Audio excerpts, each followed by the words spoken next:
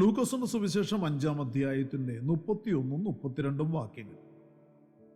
യേശു അവരോട്, ദീനക്കാർക്കല്ലാതെ സൗഖ്യമുള്ളവർക്ക് വൈദ്യനെ കൊണ്ട് ആവശ്യമില്ല. ഞാൻ നീതിമാന്മാരെ അല്ല, പാപികളെ അത്രേ മാനസാന്തരത്തിന് വിളിപ്പാൻ വന്നിരിക്കുന്നത്. ജീവവചന പ്രഭാത ധ്യാന ചിന്തയിലേക്ക് എല്ലാ പ്രിയപ്പെട്ടവർക്കും സ്വാഗതം. ആത്മവൈദ്യന്റെ വിളി കേൾക്കണം എന്നൊരു വിഷയമാണ് നാം ചിന്തിക്കുന്നത്. കൂടപ്പിറപ്പുകളെ, യേശുക്രിസ്തു മനുഷ്യന്റെ ശരീരത്തിനും ദേഹിക്കും ആത്മാവിനും നല്ല വൈദ്യനാണ്. ദീനക്കാർക്ക് മാത്രമേ വൈദ്യന്റെ സഹായം ആവശ്യമായിരിക്കുന്നുള്ളൂ. യേശു മനുഷ്യന്റെ ശരീരത്തിനു മാത്രമല്ല വൈദ്യനായിരിക്കുന്നത്, അവന്റെ ആത്മാവിനും യേശു നല്ല വൈദ്യനാണ്. ആത്മാവിനെ ബാധിക്കുന്ന രോഗം പാപമാണ്.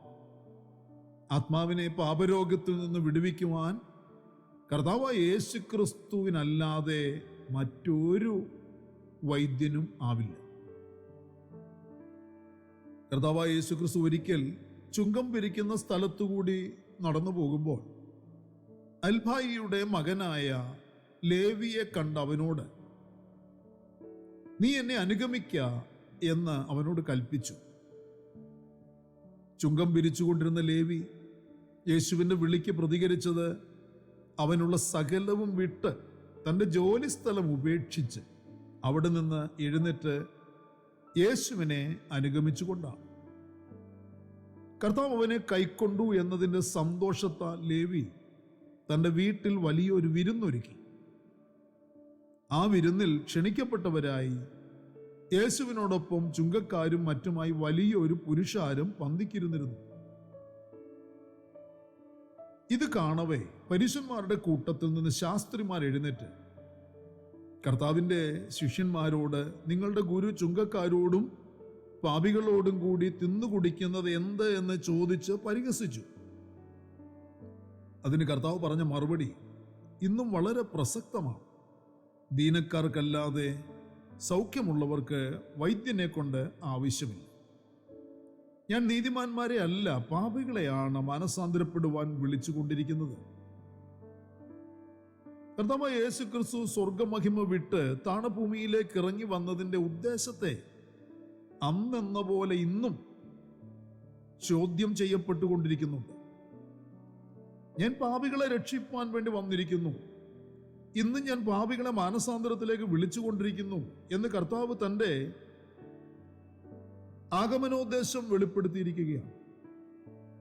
ചുങ്കക്കാരും പാപികളും എന്ന് പറഞ്ഞ് ശാസ്ത്രിമാരും പരീശ പ്രമാണിമാരും പരിഹസിച്ച് ആക്ഷേപിച്ചവരായ ഒരു കൂട്ടം ആൾക്കാർ ഇന്ന് വിശ്വാസത്താൽ നീതീകരിക്കപ്പെട്ട് കർത്താവിൻ്റെ ശിഷ്യഗണത്തിലേക്ക് പ്രവേശിക്കപ്പെട്ടിരിക്കുന്നു. അപ്രകാരമുള്ളവരുടെ കൂട്ടത്തെയാണ് ദൈവസഭ എന്ന് വിളിക്കുന്നത്. യേശു നീതിമാന്മാരെ മാത്രം തേടി വന്നവനായിരുന്നെങ്കിൽ പ്രിയരെ, ഇന്ന് നമ്മുടെ അവസ്ഥ എന്താകുമായിരുന്നു, എവിടെയാകുമായിരുന്നു എന്ന് ചിന്തിച്ചു നോക്കിയിട്ടുണ്ടോ? കർത്താവ് പറഞ്ഞത് നമ്മോടുള്ള ബന്ധത്തിലാണ്. ഞാൻ നീതിമാന്മാരെ അല്ല, പാപികളെ അത്രേ വിളിപ്പാൻ വന്നത്. പരീശന്മാരും ശാസ്ത്രിമാരും തങ്ങളെ തന്നെ നീതിമാന്മാർ എന്ന് മുദ്ര കുത്തുന്നവരാണ്. പരീശ ചിന്താഗതികൾ ഉള്ളവരാണ് ഇന്നും തങ്ങളെ തന്നെ നീതിമാന്മാർ എന്ന് ധരിച്ചു വച്ചിരിക്കുന്നത്. അങ്ങനെയുള്ള പരീശ മനോഭാവം ഉള്ളവർക്ക് ഒരു രക്ഷകന്റെ ആവശ്യമുള്ളവരല്ല. അങ്ങനെയുള്ളവർക്ക് യേശുവിൻ്റെ പ്രവർത്തന ശൈലിയും ഉപദേശങ്ങളും പഠിപ്പിക്കലുകളും ഒന്നും ആവശ്യമുണ്ടെന്ന് അവർ കരുതുന്നില്ല. അവരത് പ്രതീക്ഷിക്കുന്നില്ല. അവർ യേശുവിൻ്റെ അടുക്കൽ തങ്ങൾക്കും രക്ഷ എന്ന ആവശ്യത്തിന് വന്നിരുന്നില്ല.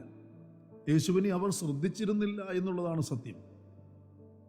തങ്ങൾ പാപികൾ, ഞങ്ങൾ രോഗികൾ എന്ന ചിന്തയുള്ളവർക്കും ഈ പാപരോഗത്തിൽ നിന്നൊരു വിടുതൽ എനിക്ക് ആവശ്യമുണ്ട് എന്ന് ആഗ്രഹിക്കുന്നവർക്കും മാത്രമേ യേശുവിനെ കേൾക്കുവാൻ, യേശുവിനെ ശ്രദ്ധിക്കുവാൻ, യേശുവിൻ്റെ വിളിക്ക് പ്രതികരിക്കുവാൻ കഴിയുകയുള്ളൂ.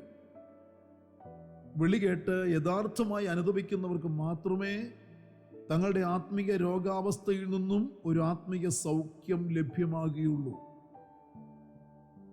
പ്രിയരെ, എൻ്റെ രോഗം വളരെയേറെ മൂർച്ഛിച്ചിരിക്കുന്നു എന്ന് മനസ്സിലാക്കുന്ന ഒരു രോഗിയാണ് തന്നെ സൗഖ്യമാക്കുവാൻ കഴിയും എന്ന് താൻ വിശ്വസിക്കുന്ന വൈദ്യനോട് ഏറ്റവും പെട്ടെന്ന് അടുത്തു വരിക.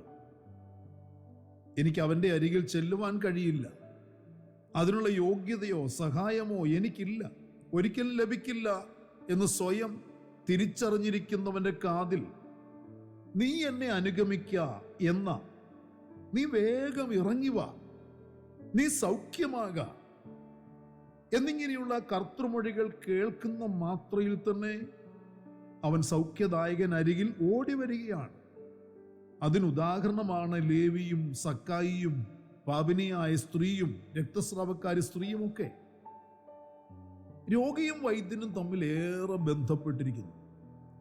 ശരീരത്തിന് രോഗം ബാധിക്കുന്നത് പോലെ പാപം മൂലം മനുഷ്യന്റെ ദേഹിയും രോഗാതുരമായിരിക്കുന്നു. എല്ലാവരും പാപം ചെയ്ത് ദൈവതേജസ് ഇല്ലാത്തവരായി തീർന്നു എന്ന് റോമാലേഖനത്തിൽ വായിക്കുന്നുണ്ട്. ദൈവം മനുഷ്യന്റെ മൂക്കിൽ ജീവശ്വാസം ഊതിയപ്പോൾ അവൻ ജീവനുള്ള ദേഹിയായി തീർന്നതുപോലെ ദൈവകൽപ്പന ലംഘിച്ച മാത്രയിൽ അവന്റെ ദേഹിയിൽ പാപം പ്രവേശിച്ചു. ഒരുവന്റെ ശരീരത്തിന് യോഗ്യമല്ലാത്ത കാരണങ്ങളാൽ അവനിൽ രോഗമുണ്ടാകുന്നത് പോലെ പാപം ചെയ്യുന്നതിനാൽ അവന്റെ ആത്മാവിന് രോഗം ബാധിക്കുന്നുണ്ട്. രോഗിക്ക് വൈദ്യന്റെ ആവശ്യമുള്ളതുപോലെ ആത്മാവിന്റെ രോഗനിവാരണത്തിനും ആത്മവൈദ്യനായ കർത്താവിന്റെ സഹായം ഏതൊരു മനുഷ്യനും ആവശ്യമാണ്. അതുകൊണ്ട് കൂടപ്പിറപ്പുകളെ, നാം ആരും ആത്മവൈദ്യനായ കർത്താവിനെ തിരഞ്ഞെടുത്തതല്ല, കർത്താവ് നമ്മെ തിരഞ്ഞെടുത്തതാണ് തിരിച്ചറിഞ്ഞ് സ്തോത്രം ചെയ്യുവാൻ താല്പര്യപ്പെടുക. അവൻ നമ്മെ യോഗ്യതയില്ലാത്ത നമ്മുടെ ജീവിത നിലവാരത്തിൽ നിന്നും പേർ ചൊല്ലി വിളിച്ച് തന്നോട് അടുപ്പിച്ചിരിക്കുന്നു. അതുകൊണ്ട് പരീശന്മാരുടെ പരിഹാസ വാക്കുകളിൽ ആകൃഷ്ടരാകാതെ ലേവിയെപ്പോലെ സകലതും വിട്ടുകളയേണ്ടത് സകലതും വിട്ടുകളഞ്ഞു നാം എഴുന്നേറ്റ് നമ്മെ വിളിച്ചവനെ അനുഗമിക്കുന്നവരും നന്ദിയുള്ളവരായി കർത്താവിന് വിരുന്നൊരുക്കുന്നവരുമായി നമുക്ക് കാത്തിരിക്കുന്നവരാകാം. നമ്മുടെ പ്രാണപ്രിയന്റെ വരവിന് വേണ്ടി നമുക്ക് ഇപ്രകാരം ഒരുങ്ങി കാത്തിരിക്കുവാനിടയാകും. അങ്ങനെ കാത്തിരിക്കുന്നവരെ ചേർക്കാനാണ് നമ്മുടെ കർത്താവ് വേഗം വരാൻ പോകുന്നത്. പ്രാർത്ഥനയ്ക്കായി നമ്മുടെ കണ്ണുകളെ അടയ്ക്കാം.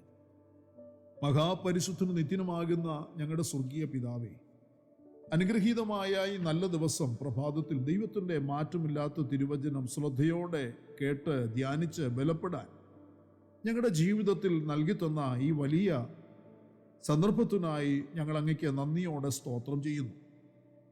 ഞങ്ങൾക്കൊരു ആത്മവൈദ്യൻ്റെ ആവശ്യമുണ്ട്. ഞങ്ങളുടെ ആത്മാവിന് സൗഖ്യം വേണം കർത്താവേ. അത് ഞങ്ങൾക്ക് പ്രാപിക്കുവാൻ കർത്താവ് സഹായിക്കണം. അപ്രകാരം ഇനിയും സൗഖ്യം പ്രാപിച്ച, ആത്മാവിന് സൗഖ്യം പ്രാപിച്ച ഞങ്ങൾ ഓരോരുത്തരും അനേക പാപരോഗികളെ ആത്മവൈദ്യന്റെ അരികിലേക്ക് കൂട്ടിക്കൊണ്ടു വരുന്നവരായി തീരുവാൻ ഞങ്ങളെ ഉപയോഗിക്കണമെന്ന് പ്രാർത്ഥിക്കുന്നു. കർത്താവ്, ഞങ്ങൾക്ക് അങ്ങയെ കൊണ്ട് ആവശ്യമുണ്ട്. ഞങ്ങളുടെ ആവശ്യം സൗഖ്യമാണ്. അത് ഞങ്ങൾക്ക് നൽകി തന്നിരിക്കുന്നതിനായി സ്തോത്രം, നൽകി തരുന്നതിനായി സ്തോത്രം. ഇനിയും അനേകർ സൗഖ്യം പ്രാപിച്ച് കർത്താവിനെ മഹത്വപ്പെടുത്തുന്നവരായി തീരേണ്ടതിന് വേണ്ടി ഞങ്ങൾ പ്രാർത്ഥിക്കുന്നു. ഇന്ന് പകലിലും കർത്താവെ, അങ്ങനെയുള്ള വലിയ വലിയ വിടുതലുകൾ സംഭവിക്കുവാൻ കൽപ്പിക്കണമേ. ഞങ്ങൾക്ക് വേണ്ടി പ്രവർത്തിച്ചിരിക്കുന്ന വൻകൃപയ്ക്കായി സ്തോത്രം, മഹത്വം അങ്ങയ്ക്ക്. സകലതും ഞങ്ങൾക്ക് വേണ്ടി ജീവൻ തന്ന യേശു ക്രിസ്തുവിന് ധന്യമായ നാമത്തിൽ താഴ്മയോട് അപേക്ഷിക്കുന്ന പശ്ചാത്തലം തോന്നി കേൾക്കുമാറാകണമേ. ആമേൻ. പ്രിയ വചനങ്ങളാൽ പരിശുദ്ധനായ കർത്താവ് എല്ലാവരെയും അനുഗ്രഹിക്കട്ടെ. നമ്മുടെ വാഴ്ചപ്പെട്ട കർത്താവിൻ്റെ വരവ് അടുത്തിരിക്കുന്നതിനാൽ അവൻ്റെ വരവിന് വേണ്ടി നമുക്ക് ഒരുങ്ങി കാത്തിരിക്കാം. മാറാനാഥ.